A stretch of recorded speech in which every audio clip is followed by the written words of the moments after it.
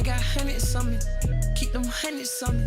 Keep them hundreds coming. What's good, y'all? So we back with another video talking about the GOAT, Kwame Brown. I think it's Kwame, my fault, bro. I ain't trying to do nothing. Don't come for me. You slickhead bitch.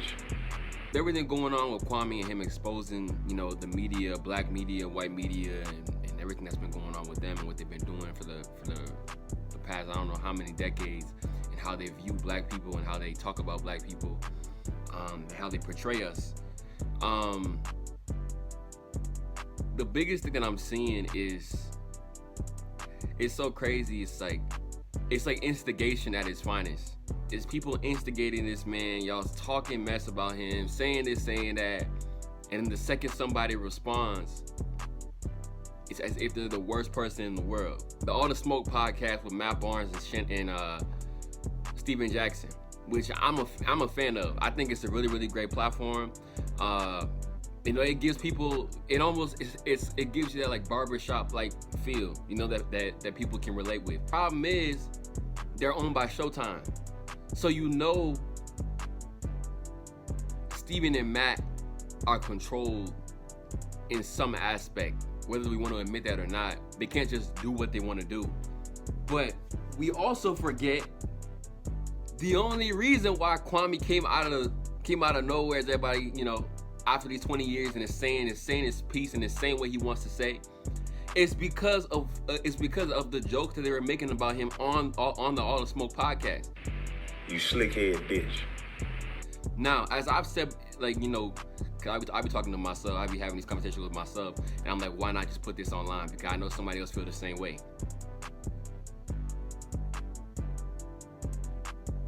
Bro, I really just forgot my thought. If you watch the video back, you can see Jeannie Buss, one of the owners of the Lakers, she was very uncomfortable with the comment they were making about the trade. And, Right. oh, did you play with Mark? No. That was No. a one-man trade. You just used the name. The name was just there. So now we get Powell. We go on this run. It's things like Stephen A. saying that, you know, he's a bona fide scrub and stuff like that, and, you know, and going off on him on ESPN.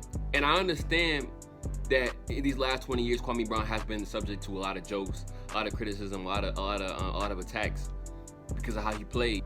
But I think we also forget sometimes that when you say certain things, when you call somebody a bona fide scrub, at least how I look at it, ESPN like would just sit back. That day when that happened, the heads at ESPN were just sitting back like this. Because think about it, get a black person, you get a black man talk about another black man in a negative way. Because of a white person, because if Skip Bayless did it, it's a problem. Look, first of all, Skip Bayless would never talk about Kwame Brown the way that Stephen A. did. They're gonna use your own people against you, bro. And this is why I said, like, we lack so much critical thinking in the black community that it's wild. It's so crazy because we don't understand the games that are being played, in this society, and how this matrix is set up. Like we take everything at face value, and it isn't just even the black community. It's the world. We just take things at face value. We don't take time to do research. We don't take time to ask questions. Nothing. We just assume that whatever is being said, whatever is being shown in front of our faces, on TV, on a YouTube channel, on whatever, that's what it is. And it's honestly sickening. It's sick. You know, Charlamagne recently apologized to Kwame. I saw that, I think it was yesterday. You slickhead bitch. Or the day before. If you watch what he said, he used the word he unintentionally meant to come at Kwame like that. And I have a hard time believing that, because it's just like, if I unintentionally do something to you, why would I get legal officials involved in it? Why would I send you a cease and desist letter if I unintentionally tried to come at you? And Kwame responded by bringing up an RAPIST case, you know, that he was involved in about 20 years ago. And the girl that apparently he did that to wants to reopen the case. I know he's not controlled, but I want him to tread carefully ahead, because eventually this is gonna end. And that's and it's not even because I don't like Kwame, but it's just because you know how trends work. Things happen, things are being said for a period of time, and something else comes in. You know, everybody hop on the bandwagon right now. Everybody happy, jumping around, laughing, and it's cool how he attacking everybody. But eventually, I hope that he can take his platform right now and transform that into a podcast, or him just talking about, you know, different issues in the black community, because his voice needs to be heard. I think he's live right now as I'm making this video.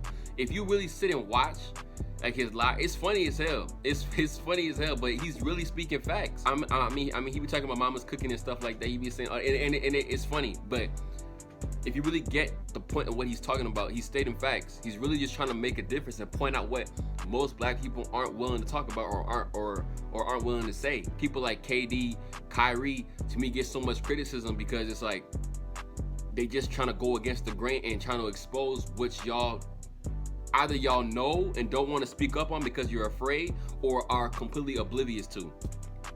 People like Kwame Brown, I thank you. I thank you for your platform. I thank you for your knowledge that you're spreading to people. And just to clarify, a bust. You cannot be a bust in the NBA if you make $65 million in your career and you play 12 years. There ain't no way nobody can tell me you a bust. It's just not, I can't believe it. Can't sit here and say that somebody's a bust. When you bought your mama house, you took care of your family, saved your money, invested in the next generation to help other people, your kids and other people around you. And now you get a platform to help others out and to give people the knowledge that they might be lacking, be completely oblivious to in general. Because I think we get so caught up in the media, like, okay, success to us is getting a mansion and driving a Lambo, when it simply could just be you taking care of your family and educating yourself on how this world runs, and how I can help as many people as I can with the knowledge that I have. Look, we got our priorities fucked up in this world. It's messed up. It's messed up. But that's how it is. You see, unfortunately, that's how it is. As a black community, we got to improve, get some critical thinking in our heads, and look deeper into what's happening around us. What happens on The Breakfast Club, All the Smoke, BET, places like that. We have to be careful, because those narratives, people, the opposition, and it isn't necessarily just white people. The opposition can be your own black people. But there's some people out there, there's some Decepticons that are out here trying to prey on people's downfalls, that want to expose the truth, about what's really going on out here, and want people to open their eyes. Because the best way that you can keep people enslaved is not give them the knowledge that they need to, improve their lives. That's how you get them systematically, you get them mentally, and it's a wrap. So I'm gonna leave it there. Make sure y'all like and subscribe, and I'm gonna catch y'all on the next one. Peace.